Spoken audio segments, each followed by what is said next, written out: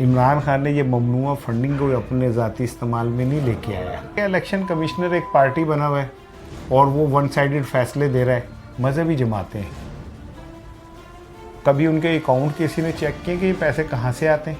ये बात याद रखना, जिस दिन इस मखलूक ने अपने उकता के मरने से निकल के और अपने मारने वालों का गला पकड़ लिया, इन लोगों को यहाँ छुपने की जगह नहीं मिलेगी। इन्हें सड़कों पे घसीटा जाएगा, इनकी लाशों को दफनाने वाला कोई नहीं मिलेगा। अस्सलामुअलैकुम जी, मैं हूं अहमद नबील नील और आपको द नील टॉक्स में खुशामदीद। नाज़रीन, आप मेरी लोकेशन देख के ये अंदाज़ा तो लगा सकते हैं कि आज मैं व्लॉग नहीं करूंगा। आज हम अपने इंटरव्यू सेशन का आगाज़ करेंगे और जो हमारे पास पहला इंटरव्यू है वो बहुत तगड़ा है। पाकिस्तानी सहाफ़त का एक जाना माना नाम इस्सार राना साहब, जो कि रोज़नामा पाकिस्तान के एडिटर हैं और एक जाने माने एंकर हैं। ये मेरे टीचर भी हैं, मेरे उस्ताद भी हैं। मैंने इनसे रिपोर्टिंग सीखी है, मैंने इनसे एडिटिंग सीखी है, तो इसलिए मेरे लिए बड़े मोहतरम हैं। तो ज़्यादा वक्त नहीं लेते, चलते हैं राना साहब की तरफ। अस्सलाम वालेकुम सर। जी वालेकुम अस्सलाम। सर कैसे हैं आप? मैं बिल्कुल ठीक सर हूँ। बहुत शुक्रिया आपके कीमती वक्त के लिए। सबसे पहले तो मैं आपको मुबारकबाद देता हूँ, आपने अपना यूट्यूब चैनल शुरू किया है। बहुत शुक्रिया सर। और मैं आपके व्लॉग देखता हूँ और मुझे बड़ी खुशी है कि जो आज की नौजवान नस्ल है उनमें इतनी टैलेंट और इतना एतमाद है कि वो ख़ुद अपने रास्ते बनाने निकले हुए हैं और अल्लाह तुम्हें कामयाब करे। मेरी बहुत सारी दुआएं आपके साथ हैं। बहुत शुक्रिया सर, जज़ाकल्लाह। चलें सर, आते हैं अपने इंटरव्यू की तरफ। सबसे पहले तो सर, ये जो मौजूदा सियासी सूरत हाल है, तो ज़्यादा क्वेश्चनिंग तो आपसे करने की ज़रूरत नहीं है। तो आप ये क्या देखते हैं, ये जो इमरान खान पे फॉरेन फंडिंग का केस चल रहा है और वो मुसलसल इससे जो है रिफ्यूज़ कर रहे हैं और इलेक्शन कमीशन का फ़ैसला भी आ गया, तो क्या कहेंगे आप इस पर? देखिए, इन बातों से कोई फ़र्क नहीं पड़ेगा। अगर ये समझते हैं कि ये इमरान खान को इस तरह करके दबा लेंगे या ब्लैकमेल कर लेंगे या डरा देंगे, तो ऐसा कुछ नहीं होना। और दूसरी बात ये है कि मैं अब ये कहता हूँ कि इमरान खान अब सियासतदान नहीं है, इमरान खान एक लीडर है। सियासतदान के साथ एक मखसूस तादाद में वोटर्स होते हैं, लीडर के साथ कौम खड़ी होती है। इमरान खान के साथ कौम खड़ी है, इमरान खान के साथ वोटर नहीं खड़े। वो जो छोटी सी बच्ची एहतजाज के लिए निकलती है या वो 80 साला अम्मा जो बुरे हाल और वो गिरती पड़ती वहाँ पहुँचती हैं, ये वोटर नहीं है, ये कौम है। और ये हुक्मरानों को इस बात को समझना होगा। अब ये 1971 नहीं है, 1975 नहीं है जिसमें आप मकबूल तरीन लीडर को अदालतों से फांसी लगवा देंगे। अब इस तरह नहीं है कि आप अदालतों के ज़रिए या ये 2% के इलेक्शन कमीशन के ज़रिए आप किसी की ज़बानबंदी करा देंगे। ये ऐसा करेंगे तो अपने पैरों पे कुल्हाड़ी मारेंगे इमरान खान के खिलाफ। ये जो अदद काम करेंगे ना, इमरान खान की मकबूलियत और बढ़ेगी। और जैसा कि पहले जब वो हुकूमत में थे इतनी मकबूलियत नहीं थी, जब ही ये उतरे हैं तो उनकी मकबूलियत डबल ट्रिपल हो गई है और रोज़ बढ़ रही है, रोज़ बढ़ रही है। इमरान खान वाहिद इस टाइम लीडर है जो काल नहीं भी देता तो हज़ारों लोग सड़कों पे निकल आते हैं। तो क्यों निकल आते हैं? ऐसी क्या वजह हो गई? इमरान खान ने कौम के जज्बात की तर्जुमानी की है। हम भूखे, हम गरीब हैं, हम कमज़ोर हैं, लेकिन यार हम बतौर कौम बेगैरत नहीं है। जो भी हमारी गैरत के साथ खड़ा होगा हम उसके साथ खड़े होंगे। और इमरान खान ने गैरत को हमारी जो है जगाई है। हम कब तक ये अमेरिका, कब तक ये बरतानिया और यूरोप के आगे हाथ फैला के भीख मांगते रहेंगे? और ये जो लोग कहते हैं कि जी उनसे टक्कर नहीं लेनी चाहिए, भूखे मर जाएंगे, तो फिर ये ऐलान कर दें कि हम अल्लाह पे यकीन नहीं रखते और राज़िक अल्लाह नहीं है, अमेरिका है राज़िक हमारा, यूरोप है हमारा राज़िक। फिर ये कह दें। किस चीज़ का ड्रामा ढकोसले करते हैं फिर ये मज़हब के नाम के ऊपर? लेकिन सर, अगर जैसे ये हनीफ अब्बासी साहब जब सुप्रीम कोर्ट गए थे और सुप्रीम कोर्ट ने कहा था अगर जो है आर्टिकल 62(1)(f) के ज़रिए अगर फैसला आ जाता है तो फिर इमरान खान को जो है मुश्किल देखनी पड़ेगी, तो आप इसके बारे में क्या कहते हैं? फिर होगी मुश्किल, हो जाएगी। फिर क्या होगा? अदालतों ने जुल्फ़िकार अली भुट्टो को फांसी नहीं दी। अदालतों ने 4 दफ़ा बेनज़ीर भुट्टो शहीद और नवाज शरीफ को नहीं हुकूमतों से निकाला। इससे क्या फ़र्क पड़ जाता है? क्या भुट्टो की मकबूलियत कम हो गई? क्या मोहतरमा बेनज़ीर भुट्टो के चाहने वाले ख़त्म हो गए? क्या नवाज शरीफ के चाहने वाले ख़त्म हो गए? अदालतों के फ़ैसलों से कुछ नहीं होता, अवामी फ़ैसलों से सब कुछ होता है। अवामी अदालत का फैसला सबसे अटल और सबसे बड़ा फैसला लेकिन सर क्या आपको लगता है कि अगर अदालत इनको नाअहल कर देती है तो अवाम कुछ कर पाएगी फिर? देखें, एक तो ये कि अदालत अभी इतना आसान नहीं है कि इमरान को नाअहल कर दें, सुबह अदालत लगे और उन्हें नाअहल कर दें। ठीक है, इसका एक प्रोसेस है, समाअत होगी, 2, 2.5, 3 साल का अरसा चाहिए इस केस की समाअत के लिए। ठीक है, लार्जर बेंच अगर बनाते हैं, फुल बेंच बनाते हैं, फुल बेंच को पूरा करना बड़ा मसला हो जाएगा। ठीक है ना, लार्जर बेंच बनता है, समाअत होती है, बीच में से 2 जज निकल जाते हैं, फिर रुक जाएगी, फिर नया आएगा, फिर होगा, ये चलता रहेगा ऐसे ही। और दूसरी बात ये कि इस तरह मुस्लिम लीग नून इस वक्त खिसियानी बिल्ली खंबा नोचे वाली बात है। ठीक है, और ना तो कुछ हो नहीं रहा, ना वो परफॉर्मेंस दे सके, उन्होंने कौम का बेड़ा गर्क कर दिया, भूखे मर गए लोग, खुदकशियाँ कर रहे हैं, अब बिजली के बिलों ने लोगों की ज़िंदगियाँ तबाह कर दी हैं। ठीक है ना, और वो क्या कर रहे हैं, उन्होंने आर्मी चीफ को कहा कि भैन तुसी पैसे इकट्ठे करके ले आओ, असी इमरान खान को डंडा देने हैं। कौन सी हुकूमत, कौन सी अवाम, वोट को इज़्ज़त दो कहाँ गया, अवाम को इज़्ज़त दो कहाँ गया। ये तो गुर्बत ख़त्म करने का, गरीबी ख़त्म करने का, महंगाई ख़त्म करने का दावा लेके आए थे ना। इमरान खान के ख़िलाफ़ इन्होंने यही लाऊ मार्च किया था ना, वो बिलावल भुट्टो ने जिसकी कहाँ पे टांगती थी। ठीक है ना, क्या किया था उसने, महंगाई मार्च किया था ना। ये मरियम कहती थी इमरान खान तुम पेट्रोल के इतने पैसे बढ़ाते हो तो यूँ हो जाता है और यूँ हो जाता है। ठीक है, तो वो कहाँ गया है, इन्होंने तो बेड़ा गर्क ही कर दिया कौम का पकड़ के। तो इससे कोई फ़र्क नहीं पड़ेगा, जो मर्ज़ी करें, लेकिन अवामी फ़ैसले से डरें। जिस दिन अवाम ने अपने फ़ैसले खुद करके और उस पर अमल करने का भी खुद फ़ैसला कर लिया तो इन लोगों को छुपने की जगहें नहीं मिलेंगी।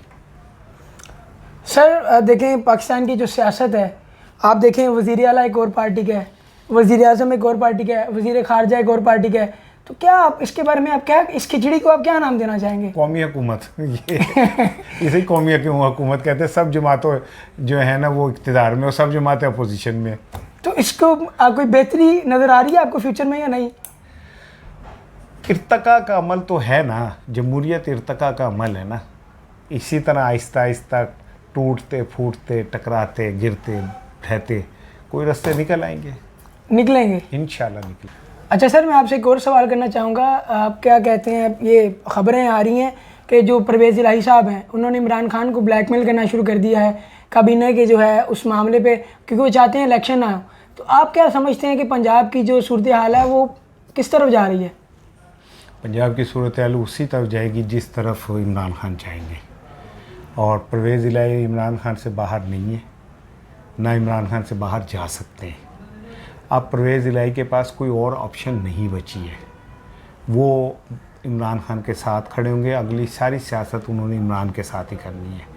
और मोनस इलाही अपने वाली सियासत में वो परवेज़ इलाही के जानशीन के तौर पे आगे आएंगे और उनकी सारी सियासत जो है वो पीटीआई के साथ मिलके होगी, क्योंकि उनके पास कोई और ऑप्शन है नहीं ऑप्शन कोई। अच्छा सर, जैसे आजकल देख रहे हैं कि हर जगह मेन स्ट्रीम मीडिया पर ये कहा जा रहा है कि नवाज़ शरीफ को जो है 62(1) के तहत किया गया था नाअहल, इमरान खान पे भी वही लागू करवाना चाह रहे हैं वो, और ये पूरा एक ट्रेंड सेट किया जा रहा है। तो अब ये तो लगता है यहाँ तो इमरान खान को जो है नाअहल करवाना चाहते हैं या इमरान खान को वो नवाज़ शरीफ को हल करवाना चाहते हैं? देखिए, मैं आपको एक बात बताऊँ, नवाज़ शरीफ और इमरान खान के केसेस में बड़ा फ़र्क है। इमरान खान के ऊपर ये केस है कि उसने ममनुआ फंडिंग दूसरे ममालिक से लेके पाकिस्तान में लाया और अपनी जमात को दी। नवाज़ शरीफ पे इल्ज़ाम ये थे कि उसने पाकिस्तानी ख़जाना लूट के बाहर भेजा। दोनों में बड़ा फ़र्क है। इमरान खान ने ये ममनुआ फंडिंग को अपने ज़ाती इस्तेमाल में नहीं लेके आया। ठीक है ना, नवाज़ शरीफ, शहबाज शरीफ और उनके पूरे ख़ानदान पे ये है कि ये चोर हैं, इन्होंने कौमी ख़जाना लूटा है। इनके ऊपर ये इल्ज़ाम है कि इन्होंने कौमी वसाइल को लूट के खून निचोड़ के कौम का अपने बच्चों को तरोताज़ा किया है। इमरान खान पे ये इल्ज़ाम नहीं है। इमरान और फिर ममनुआ फंडिंग का मतलब ये होता है कि ये फंडिंग जो आई है ये ममनुआ थी लेकिन आ गई, वो ज़ब्त हो जाए, ज़्यादा से ज़्यादा होगा। और ये सियासतदान, मैं इन्हें इसलिए अहमक कहता हूँ कि भाई आज तुम जो गड़ा इमरान खान के लिए खोद रहे हो, कल तुमने उसमें गिरना है, पीपल्स पार्टी के ऊपर भी ममनुआ फंडिंग का केस लटक रहा है, नून लीग पे भी लटक रहा है। तो ममनुआ फंडिंग केस तो उन दोनों के भी इलेक्शन कमीशन में मौजूद हैं। वो एक अलहदा बात है कि इलेक्शन कमिश्नर एक पार्टी बना हुआ है और वो वन साइडेड फैसले दे रहा है और रज के दे रहा है, जिसके खिलाफ पंजाब असम्बली और केपी के असम्बली में करारदाद आ गई, जिसका मतलब 67% ऑफ द पॉपुलेशन ने उसके खिलाफ अदम एतमाद कर दिया। वो फिर भी चिमटा हुआ है, ठीक है ना। तो इलेक्शन कमिश्नर एक मुस्लिम लीग नून का टूल है, लेकिन नून लीग और पीपल्स पार्टी के केसेस के फैसले भी अगर इसी बुनियाद पे हुए तो सोचे गलियां सुंजियां हो जाएंगी और फिर बीच में मिर्ज़ा यार ही कल्ला फिरेगा, ठीक है कि नहीं। तो मैं ये समझता हूँ। फिर दूसरी बात ये कि जो हमारी मजहबी जमातें हैं, कभी उनके अकाउंट किसी ने चेक किए कि ये पैसे कहाँ से आते हैं। मौलाना फजलुर रहमान ने वहाँ पे बाकायदा लिख के लगाया हुआ कि ये सेक्रेटरीट जो है लीबिया के पैसों से बना है। दीनी जमातों के पैसे कहाँ से आते हैं, दीनी जमातों को फंडिंग कौन करता है। जाउल हक के दौर में शिया सुन्नी फसाद के लिए जो मजहबी जमातें बनाई गई, उन्हें फंडिंग कौन कौन से ममालिक करते हैं।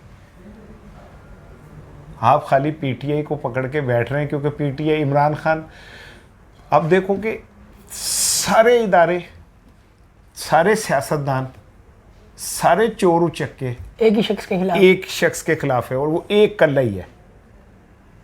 ये सब उसको मिल गिराने के लिए खुद कितने गिर रहे हैं कोई सोच ही नहीं सकता। और वो कह रहे हैं कि जी हम सब मिलके बेहतरी करना चाह रहे हैं और ये हमें रोक रहा है। बेहतरी की है ना, $250 का, पेट्रोल 250 का, ठीक है ना, बिजली के बिल इतने हो गए कि लोग खुदकशियाँ कर रहे हैं। ये बेहतरी है ना।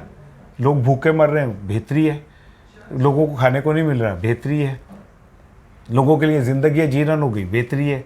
क्योंकि इनके तो कुत्ते भी अभी बाहर की खुराक खाते हैं। इन्होंने इंपोर्ट पे पाबंदी लगाई और उसके बाद अपने कुत्तों की खुराक के लिए इंपोर्ट खुलवा दी, ठीक है ना। तो ये मुल्क ये बता रहे हैं कि ये मुल्क दो तरह का मुल्क है, एक हुकूमत करने वालों का और एक जिन पे हुकूमत की जाती है। एक उनका जो मरते हैं, जिनके बच्चे भूखे मरते हैं, जो खुदकशियाँ करते हैं, जिनके बच्चों को तालीम मुकम्मल करने के बाद नौकरियाँ नहीं मिलती, जिनके बच्चों को तालीम लेने के बाद डिग्रियाँ हाथ में पकड़ के वो इधर उधर लूर फिरते हैं, ठीक है। एक मुल्क वो है जिसमें लोगों को हॉस्पिटल में इलाज मुआवजे की सहूलत नहीं है। ये एक मुल्क वो है जिसमें लोगों को खाने के पैसे नहीं है। एक मुल्क वो है जिसमें लोगों के पास बिजली के बिल अदा करने के पैसे नहीं है। और एक मुल्क वो है जिसमें हुसैन नवाज़ और वो दूसरा जो है वो लंदन में खरबोपति हैं, और वो जब मैट्रिक में थे तब वो खरबोपति हो गए थे। और बिलावल भुट्टो जिसकी कल तक नेपियाँ बदलते रहे, वो लीडर आज बिलावल भुट्टो के पीछे हाथ बांध के खड़े होते, ठीक है। मरियम कई हज़ार का मेकअप करने के बाद कहती है कि मुझे रात को नींद नहीं आती जब गरीबों पे पेट्रोल बढ़ता है। क्या मजाक बनाया हुआ है आपने इस मुल्क को।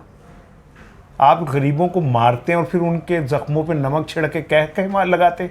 शर्म नहीं आती आप लोगों को यार। लेकिन ये कब तक चलेगा ऐसे।